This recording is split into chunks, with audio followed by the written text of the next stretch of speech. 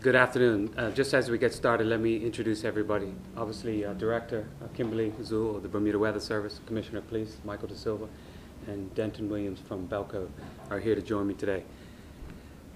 Hurricane Gonzalo is continuing on its forecasted track towards Bermuda, and therefore everyone should continue to prepare for significant wind and waves starting later tonight.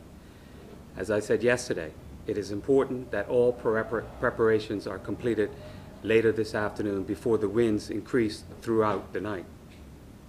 This hurricane is an extremely large storm, and we should expect that at least for 24-hour storm force winds will be in effect. During this time, I want to encourage everyone to stay inside and to particularly stay off roads. Already, there is high surf on the South Shore, and the Department of Parks is placing signs warning that public beaches are closed. No one should take the risk of surfing or attempting to swim in these very dangerous conditions. Bermuda, we can be confident in the preparation for all the responsible agencies, both in advance of this hurricane and for anything that might take place after the hurricane. Significant resources will be positioned in the east end of the island should there be any damage to the causeway. Likewise, full hurricane plans have been activated by the hospital and other agencies, which will ensure responses to any emergencies as soon as it is safe to do so. Out of an abundance of caution, the Royal Navy vessel HMS Argyle is heading to Bermuda behind the storm and will be available to provide considerable skilled assistance should we have the need after the hurricane passes Bermuda. I have a few important advisories of which the public should take note. Government schools have been closed as of 1:30 today. The last public bus will leave Somerset and St. George's at 6 p.m. today. Ferries will end their service at 7 p.m. tonight. If trash hasn't been collected, you should store it somewhere safe until after the storm has passed. There is a shelter available at Cedar Bridge, which is open at 3 p.m. this afternoon. All residents in low-lying areas should strongly consider evacuating their homes for higher ground. And lastly, the causeway will close at 10 a.m. tomorrow morning. The decision to close the causeway is based on forecasted deteriorating conditions throughout Friday. In the interest of public safety, I'm encouraging everyone to take notice of the closure and end their causeway-related travel plans well before midnight tonight. Bermuda, we are prepared. Well-rehearsed plans for most contingencies are enacted, and as we hope for the best, we certainly must prepare for the worst. We will come through this storm together, and once this serious storm has passed, it will be for all of us to work together to restore our island home to normal. And thank you. And as I end my comments, let me provide Kimberly Zool the opportunity to give an update from the Bermuda Weather Service, and then Belco will provide an update. Kimberly. Thank you.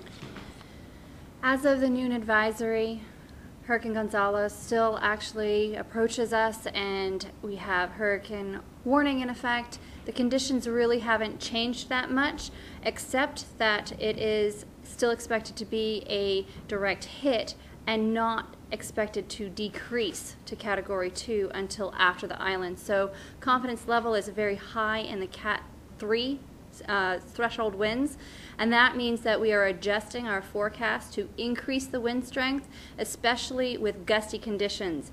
As the center is forecast to be in our area for quite some time and the wind field is expected to increase, it means we are supposed to have 26 to 27 hours duration of wind, but a slight delay in the onset of the heavier winds.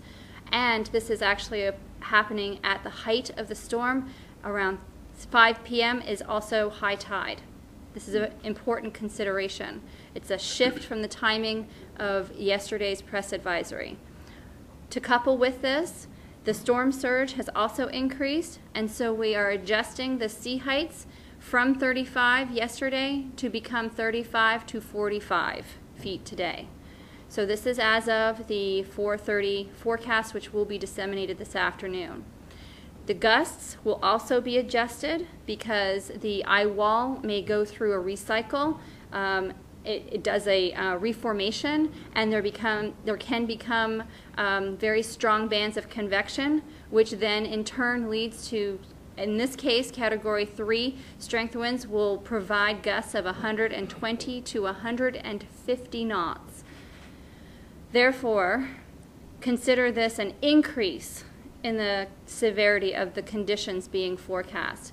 A slight delay on the onset of the severest conditions, but still very impactful. And we're looking at the tropical storm force winds to exit the marine area around 5 a.m. on Saturday. So prolonging into the early hours of Saturday morning.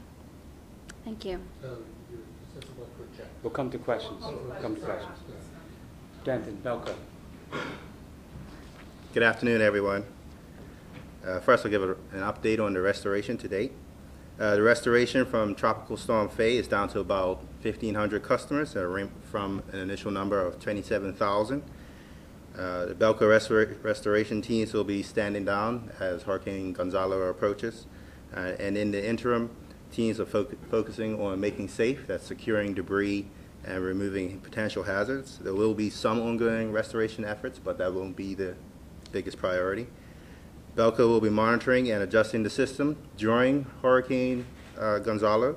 However, we will not be switching off power. Unless there's an imminent safety issue that we're aware of, we will not turn off power. The system will be kept in service, subject to any damage that it may receive during the hurricane.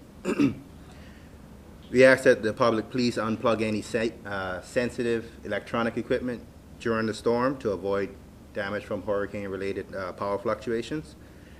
And then after the storm, restoration teams will respond following the hurricane, and we encourage the public to avoid any downed lines. Belko has escalated its incident command system to Category 2+. This is a reorganization of our company to specifically deal with severe impacts from Category 2 or higher hurricane. The initial post-hurricane restoration priorities will be safety, medical, critical infrastructure, and main lines. CAROLAC, a Caribbean Association of Electric Utilities, has crews on standby for dispatch after Hurricane Gonzalo if necessary, and that will be determined by a damage assessment. And I have some safety tips that I wanted to share generally. First of all, and this is regardless of whether it's Belko or not, remember, if it's unsafe, to stay off the roads. If it's not safe, stay off the roads. Second, do not approach any downed wires, cables, poles, or transformers. Assume they are alive.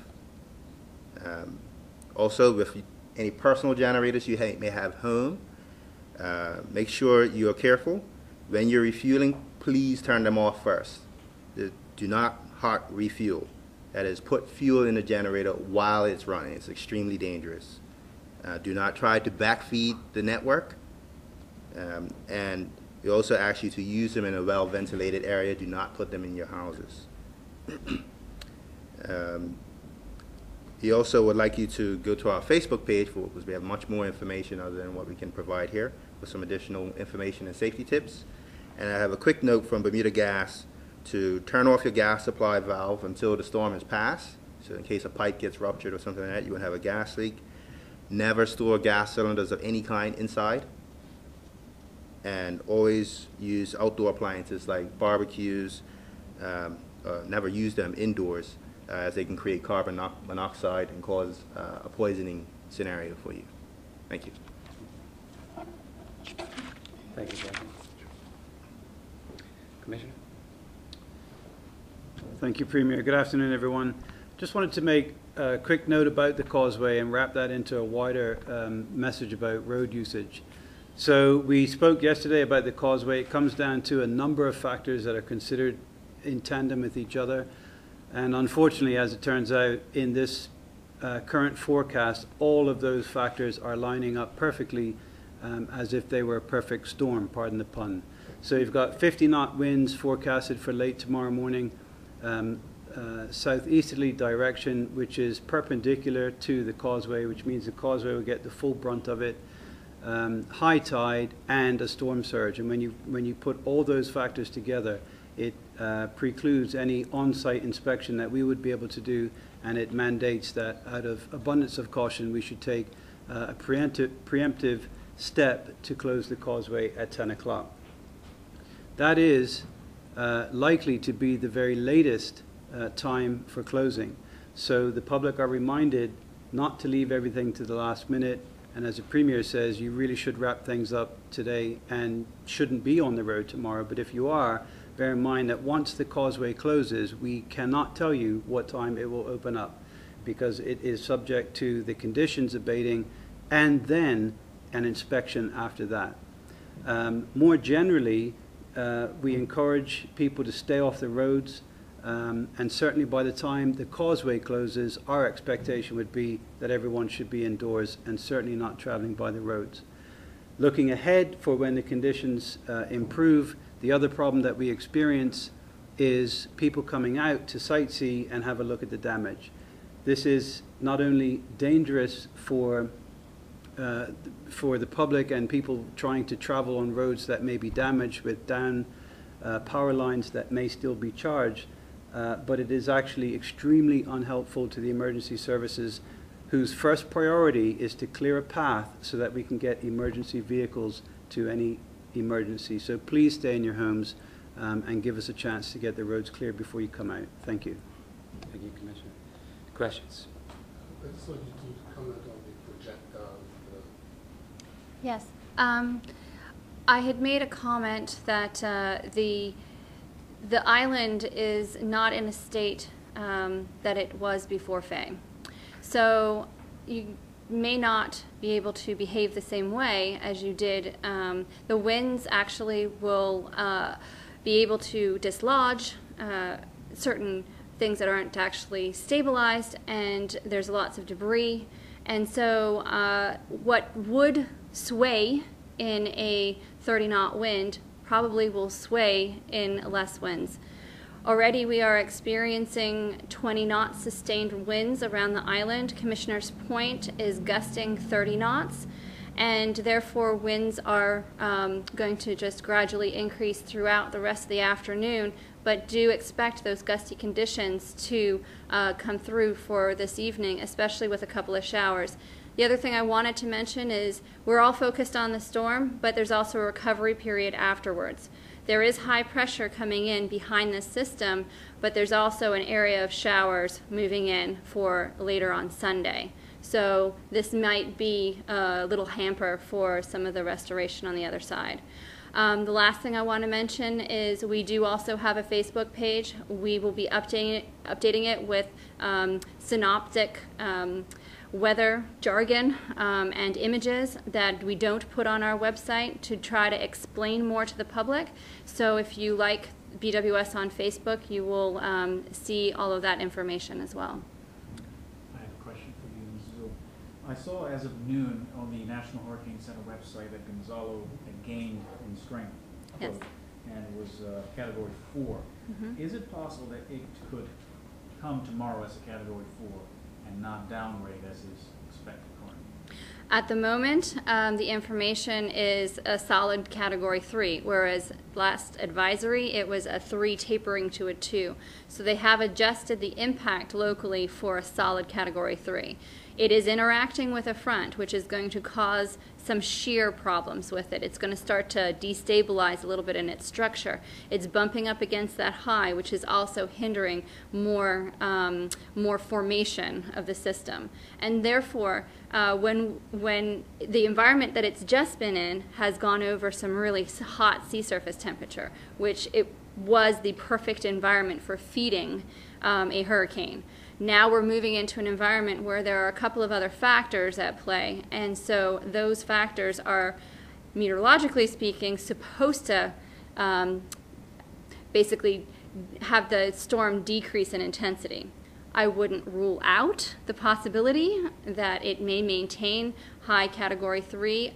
Certainly gusty conditions can be higher in those situations. So I would encourage people to continually monitor the forecast updates, and as soon as we get out the information of the dynamical changes of the system, we will put it out on our dissemination channels. Thank you. Just 2 more questions for the Premier.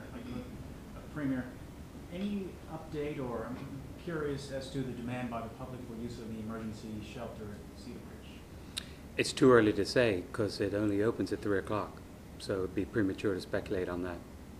I note you said that a British naval vessel is en route to Bermuda. I recall in 2003 during Fabian, the government or the EMO rejected help that the British were offering offshore. If we need it, are you prepared to accept help? Well, I wouldn't have asked for it to come up if we wouldn't consider using it in appropriate circumstances.